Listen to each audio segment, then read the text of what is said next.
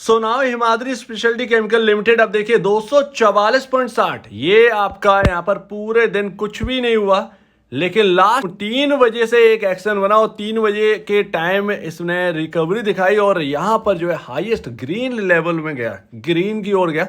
हालांकि क्लोजिंग जो है वो थोड़ी सी डाउन हुई है, लेकिन ऑलमोस्ट अगर आप देखें 15 से 20 मिनट में ये स्टॉक रिकवर होकर ग्रीन में हुआ, क्योंकि यहाँ पर इनफ्लोज आने हैं और आपकी क्लोजिंग है 241.70 और यहाँ पर आपका एएमओ ऑर्डर देखिए 59,380 शेयर्स लगे हुए, 60 ऑर्डर यहाँ पर एएमओ में लगे हुए हैं बाई करने के लिए।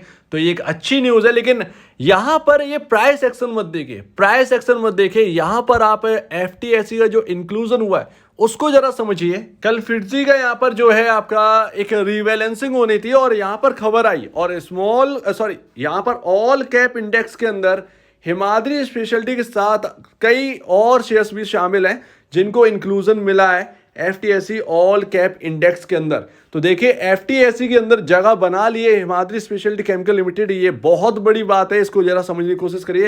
हिमाद्री स्पेशलिटी के अंदर अब जो भी है इनफ्लोज का डेटा नहीं है कि कितना पैसा इधर की तरफ आना है, लेकिन एक्चुअल में जब शामिल हुए हैं तो कुछ फ्लोज यहां पर जो है आते हुए दिखाई देंगे हिमाद्री स्पेशलिटी केमिकल लिमिटेड के अंदर। तो ये बिग न्यूज है इस वक्त की, एफटीएससी इंडेक्स है, ऑल कैप इंडेक्स में आप शामिल हो चुके हैं, ये बहुत ही अच्छी पॉजिटिव न्यूज है। इसके साथ साथ दो और स्टॉक शामिल हुए हैं जो कि ईवी से रिलेट करते हैं, JBM auto, pure EV vehicle stock, Olectra, green tech, ये सभी यहां पर देखिए ईवी 3 स्टॉक्स हैं और वो ईवी से बिलोंग करते हैं और ईवी पैक यहां पर शामिल किया गया है। तो अभी देखिए कि बड़े प्राइस एक्शन के बाद प्राइस फॉल हुआ और उसके बाद सारी चीजें जो है वो सुधरती हुई दिखाई दी, लेकिन अभी जो है वो एक वॉलेटिलिटी घट चुकी है इस स्टॉक के अंदर।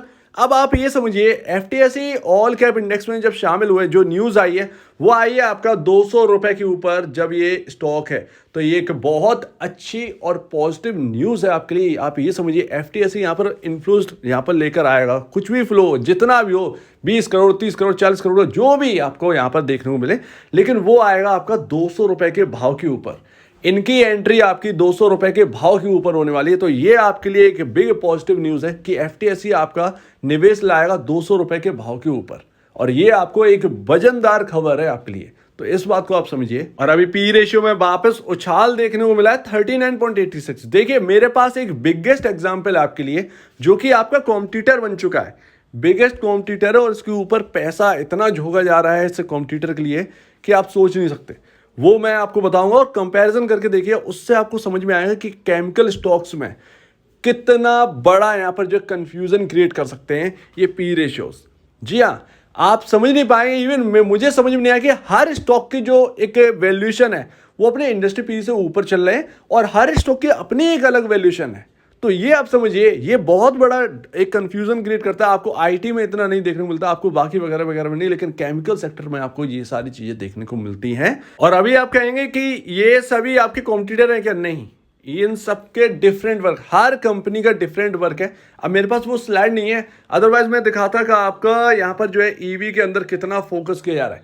HSCL असलियत में इस वक्त ईवी के अंदर बहुत फोकस कर रही है, क्योंकि जो ये मटेरियल बनाते हैं वो बैटरी के लिए बहुत यूजफुल है। तो वो यहाँ पर है आपका जो कॉम्पिटिटर है एक और बन चुका है, जिसका पी रेशियो अगर आप देखेंगे तो आप यकीन नहीं करेंगे कि क्या ये इतना पी रेशियो इनको मिल रहा है। तो स्टॉक का नाम है न्यूजिन केमिकल लिमिटेड। जी हाँ, न्यूजिन केमिकल लिमिटेड यहाँ पर 4,341 करोड़ रुपए की कंपनी है और यहाँ पर बहुत छोटी कंपनी है, आपसे तो काफ़ी ज़्यादा छोटी कंपनी है। इवन आपका यहाँ पर जो है जो नेट सेल है, नेट प्रॉफिट में ये काफ़ी पीछे है। अगर आप देखें तो ये लमसम आप इनसे 4 गुना बड़े हैं यहाँ पर नेट सेल नेट प्रॉफिट में। और इस कंपनी का जो पी रेशियो है, स्टॉक का पी रेशियो वो देखिए 89.30, आपका इंडस्ट्री पी है 34.31, आप वर्क कर रहे हैं 39.80 के आसपास। और इस कंपनी का जो आपके कॉम्पिटिटर है, ये कॉम्पिटिटर इसीलिए क्योंकि आप इनके बारे में सर्च करिएगा, बहुत लंबी वीडियो बन जाएगी, इसीलिए मैं आपको दिखा नहीं रहा हूँ। यहाँ पर आप सर्च करिएगा न्यूजिन केमिकल।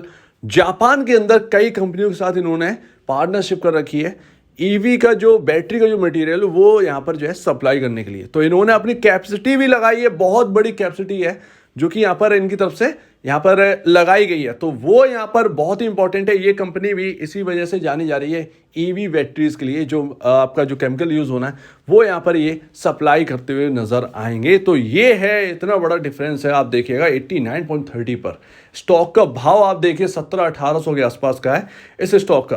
तो ये आप समझिए कि यहाँ पर आप पी रेशियो जो देख रहे हैं ना, मार्केट आपको कितना भी पी रेशियो से तोल सकता है, आप एक अंदाजा नहीं लगा सकते, लेकिन वो एक मार्केट आप देखिए जब 89 का यहाँ पर जो है आपको देखने को मिल रहा है पी रेशियो, तो आप सोचिए कि कितना हाईएस्ट है। मैं तो सोच रहा था कि पिडिलाइट का ही सबसे हाईएस्ट है, एक्चुअल में इस स्टॉक ने तो उसे भी पार कर दिया। लेकिन ये आपके कॉम्पिटिटर, पिडिलाइट आपका कॉम्पिटिटर नहीं है, आपका न्यूजेन केमिकल कॉम्पिटिटर। तो इसके बारे में थोड़ा सा और सर्च करिएगा, आपको बहुत सारी बातें यहाँ पर जो है समझ आएंगी। बुक वैल्यू यहाँ पर देखेंगे तो बुक वैल्यू से ये इसका जो प्राइस है वो 8.82 टाइम ऊपर वर्क कर रहा है ये स्टॉक। और इनका जो नेट सेल है वो आप देखिएगा 886 करोड़ का नेट सेल है, और आप यहाँ पर 4000 प्लस करोड़ का नेट सेल यहाँ पर जो है अर्न करते हैं। तो इतना यहाँ पर जो है डिफरेंस है इस स्टॉक में और आपके HCL में, लेकिन ये आपके कॉम्पिटिटर है। तो इससे हमें ये बात तो समझ में आती है कि केमिकल सेक्टर के अंदर कुछ भी पॉसिबल है, कुछ भी पॉसिबल है तो वो हर एक सेक्टर के अंदर, लेकिन केमिकल सेक्टर में अगर आप एंटर करेंगे और आप जब स्टॉक्स देखेंगे तो एक अलग ही चीज़ें आपको देखने को मिलती हैं। मैं कभी इतना ट्रैक नहीं गया जितना कि इस वक्त कर रहा हूँ इस केमिकल स्टॉक्स को, और यहाँ पर आप देखेंगे कि 90 के आसपास का पी रेशियो आप देखने को मिल रहा है। कितना महंगा है अपनी इंडस्ट्री पीयर से न्यूजेन केमिकल, लेकिन उसको मिल रहा है, मार्केट उसको दे रहा है, ये पी रेशियो होल्ड कर रहा है वो स्टॉक। तो ये आप समझिए। तो आप जो 39-40 का जो आप देख रहे हैं पी रेशियो, आप इसके चक्कर में मतलब ये कि यहाँ पर जो है 90 हो जाएगा, ये मत सोचिएगा। लेकिन इससे आप ये समझ सकते हैं कि आपका जो है एक बैलेंसिंग है, आप 33 को बिल्कुल यहाँ पर जो है सपोर्ट देंगे, लेकिन आपकी जो वैल्यूशन है वो अगर मार्केट चाहेगा तो फिर आपका कितना भी इंक्रीज कर सकता है, ये आप समझिए। ये आप यहाँ पर देखिए कि आपका पी रेशियो 50, अगर मार्केट चाहेगा तो आपको 50 पर भी तोलेगा, अगर आपको 55 में मिलेगा तो 55 पर भी तोलेगा। तो ये आप समझिए केमिकल सेक्टर में कुछ भी मुमकिन है। जब ये सारी चीज़ें चल रही हैं तो यहाँ पर आपके साथ भी ये मुमकिन है, लेकिन ये आप एक भरोसा लेकर मत बैठिएगा कि मेरे साथ भी ऐसे ही होगा, 80-90 के आसपास का पी रेशियो हो जाएगा। ये देखने में अच्छा लगता है, देखने में अच्छा लगता है, हो सकता है उसका मार्केट कैप काफ़ी छोटा हो न्यूजेन केमिकल का, जिसकी वजह से यहाँ पर फ्लोज इतने ज़्यादा हो कि यहाँ पर वैल्यूशन इतनी इंक्रीज हो गई और महंगापन आ गया हो, ये भी पॉसिबल है। कई सारी चीज़ें जो है वो पॉसिबल है, लेकिन आप ये मत सोचिएगा कि यहाँ पर जो है आप बढ़ते ही जाएंगे, आपको अपनी स्ट्रेटजी के हिसाब से ही चलना है। तो अभी ये तो समझ में आया कि ईवी के क्षेत्र में जो कंपनियां अपने कॉन्ट्रीब्यूशन दे रही हैं उनका यहाँ पर बहुत इंपॉर्टेंस रखी जा रही है मार्केट के अंदर। आप देखें कार बनाने तक से लेकर उसके ऑटो एंसिलरी और यहाँ पर जो बैटरी का जो मटेरियल है, उन कंपनियों को बहुत वेटेज कहीं ना कहीं देखते हुए मिल रहा है। एक खबर और है टाटा ग्रुप से, यहाँ पर टाटा मोटर की तरफ से ये कह रहे हैं 2030 तक, कुछ ऐसी रिपोर्ट्स हैं जो कि ये कह रही हैं 50% गाड़ियों की सेल्स ईवी की होगी। आप ये अब इससे एक अंदाजा लगाइए कि 2030 तक टाटा मोटर 50% गाड़ियां इंडिया के अंदर ईवी बेचेंगे। तो कितना ह्यूज यहाँ पर जो है एक यहाँ पर जो है ग्रोथ आने वाली है ईवी के क्षेत्र में। आप देखिए ये फ्यूचर है, प्रिडिक्शन कर सकते हैं, लेकिन फ्यूचर ही होता है। अब उसमें क्या दिक्कतें आती हैं क्या नहीं आती है वो एक अलग बात है, लेकिन फिलहाल जो है वो ये बात कही जा रही है। तो इससे हमें ये समझ में आता है कि आगे जो एक ग्रोथ की जो साइकिल है वो अच्छी खासी यहाँ पर चलती हुई नजर आएगी उन कंपनियों के लिए भी जो पूरी तरीके से कंट्रीब्यूट कर रही है, किसी ना किसी रोल में यहाँ पर जो है यूज आ रही है। तो आप यहाँ पर जो है एक इम्पॉर्टेंट चीज़ बनाते हैं और उसके लिए कंपनी जो है वो लगातार एक्विजिशन और वगैरह वगैरह ये कर रही है, और आपको यहाँ पर देखना भी चाहिए। जैसा कि मैंने आपसे कहा था कि वो ऑस्ट्रेलिया में जो इन्होंने स्टार्टअप में स्टेक ली है वो आपको देखना चाहिए, पढ़ना चाहिए उसके बारे में। तो ये समझ में आया। तो यहाँ पर ये सब चल रहा है और देखते हैं कि इसको क्या वैल्यूशन मिलती है। महंगापन तो बहुत अच्छा नहीं लगता है, किसी कंपनी के अंदर बहुत महंगापन हो जाए वो रिटेल इन्वेस्टर्स के लिए थोड़ा सा यहाँ पे जो है तंग करने वाला होता ही है। अप एंड डाउन तो देखने को मिलेंगे ही आपको, इसमें कोई शक की बात नहीं है। इस स्टॉक के अंदर अप एंड डाउन ना देखने को मिले हो ऐसा नहीं हो सकता, आगे भी मिलेंगे अप एंड डाउन, लेकिन सस्टेनेबिलिटी रहना चाहिए, सस्टेन रहना चाहिए। तो ये ऐसा डर नहीं रहना चाहिए कि हमारा क्विक जो रिटर्न बना है वो जाने वाला है, ऐसा नहीं होना चाहिए। तो उसके लिए आपको अपनी स्ट्रेटजी भी, जैसा कि मैंने कहा था, 30% आपको अपना जो है वो प्रॉफिट अगर अच्छा खासा हो रहा है और आपने ले रखा है 200 से नीचे का कुछ भी प्राइस हो आपका, तो वो 30% आपको जो है बुक करना चाहिए। अगर आपकी इच्छा हो 70% आप होल्ड करिए। प्रॉब्लम्स जो है अगर बहुत ज़्यादा अप एंड डाउन होंगी मार्केट के अंदर, पता चला मिड कैप अचानक से क्रैश कर गया दोबारा, ठीक है, तो वो आपका स्टॉक पर इंपैक्ट पड़ेगा, और इंपैक्ट पड़ेगा तो आपको इतना बड़ा इंपैक्ट नहीं पड़ेगा अगर आप पहले से ही स्ट्रेटजी बना के चल रहे होंगे। तो इस पर ध्यान दीजिए। सो यहाँ पर अभी क्या है, अभी देखिए सिंपल है, 225 से सपोर्ट ले लिया है इस स्टॉक ने, और 225 के बारे में हम बात भी कर चुके हैं। आपको ध्यान ही होगा जो स्क्रीनशॉट मैंने आपको दिखाया था, 225 के लेवल को होल्ड करा जा रहा है। कुछ तो है 225 के लेवल पर, जिस तरीके से इतनी बाइंग यहाँ पर लगी हुई थी, 225 के लेवल को तोड़ने नहीं दिया गया, तो ये इंपॉर्टेंट है।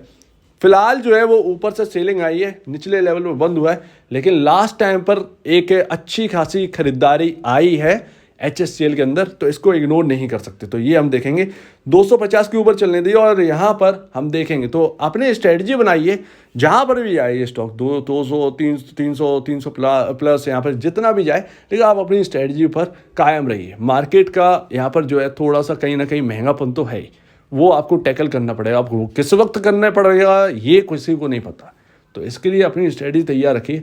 बाकी न्यूज़ अच्छी है FTSE की, तो वो एक अच्छी बात है, कहीं ना कहीं वो सपोर्ट देने का काम करेगी। तो आप क्या कहना है इसके ऊपर कमेंट सेक्शन में कहिए, और अब वीडियो देखने के लिए बहुत धन्यवाद दोस्तों।